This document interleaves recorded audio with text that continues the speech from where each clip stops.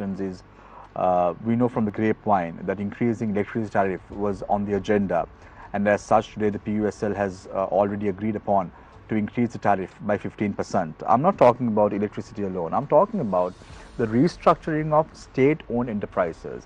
Why isn't it that this notion is on the agenda of the IMF? Why can't they tell the government, get rid of it or restructure it or do something for the benefit of the people, because you're continuing to bleed? Why isn't this conversation taking place at the IMF board level? That is what the same messaging that we have been telling, Shamir. IMF brings stability. So if as long as you move with cost reflective pricing on electricity, you are stable. But that won't bring growth. What brings growth? You have to bring the cost down. To bring the cost down, you have to do the state-owned enterprises reform. So on the IMF conditionality, they have brought the measures which only bring stability. The state-owned enterprises restructuring is not as a condition, but if you look at their governance diagnostic report, which is not a conditionality, one of the main recommendations was to bring all the state-owned enterprises under a one holding company, which in my view is, I mean, it's a good step to begin with, but it is not adequate, but at least we can start from there. So that's why, that's the difference between stability and growth. That's but that is not being discussed at any fora, because if you look at it, right now the tranche, the final tranche of the IMF is going to come in.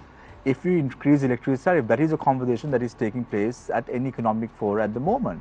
But why isn't the SOE restructuring coming into the process? Because we saw the manner in which how a group of intellectuals, economists got together during the Ranil Wickremesinghe administration to restructure SOEs. Now that is defunct completely. So I'm trying to understand, coming from an end of an economist, why are we still holding on to organizations which are bleeding? So on the IMF front, it's, as I mentioned, it's not a conditionality, because for stability that is not required.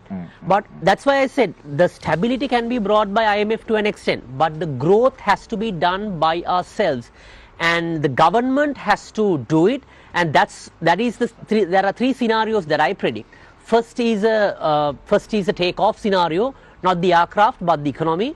Second is a drifting scenario, where you slowly drift from the reforms and you basically, you go to the habits of the hearts.